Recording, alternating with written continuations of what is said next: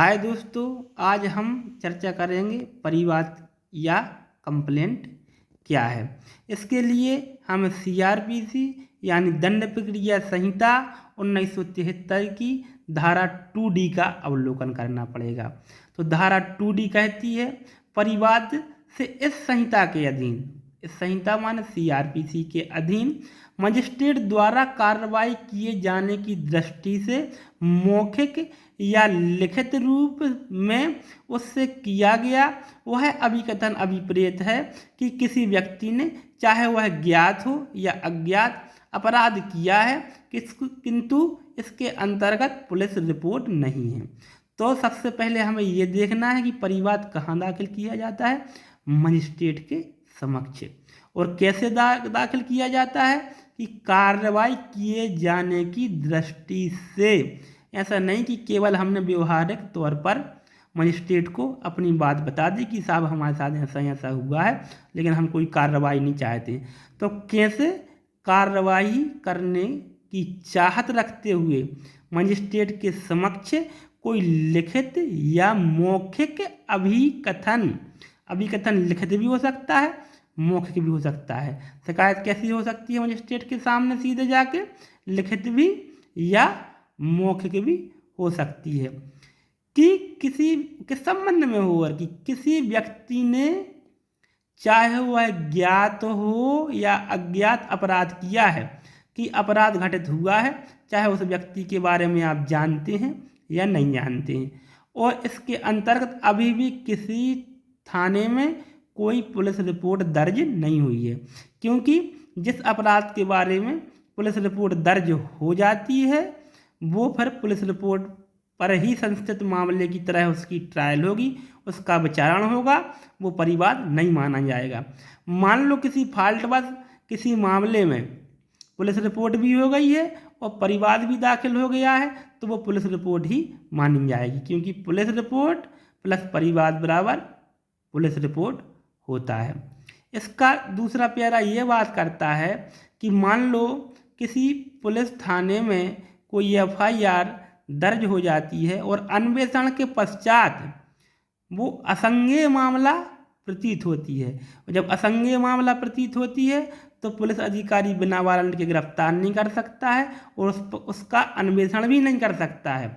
तो फिर वो क्या करता है, किसको रिपोर्ट करता है, मजिस्ट्रेट के समक्ष रिपोर्ट पेश करता है। तो तब ऐसी स्थिति में वो पुलिस अधिकारी परिवादी समझा जाता है और वो पुलिस रिपोर्ट भी क्या समझी जाती है, परिवाद समझी जाती है। दोस्तों, परिवाद लिखित और मौखिक दोनों रूप में हो सकता है, लेकिन इसके दो अपवाद हैं जो हमें बहुत ज़्यादा जानना जरूरी है। पहला अपवाद है धारा 195 CRPC। जब 195 के अंतर्गत परिवाद फाइल होता है तो वह केवल लिखित रूप में होता है, वहाँ पर मौखिक परिवाद नहीं हो सकता है।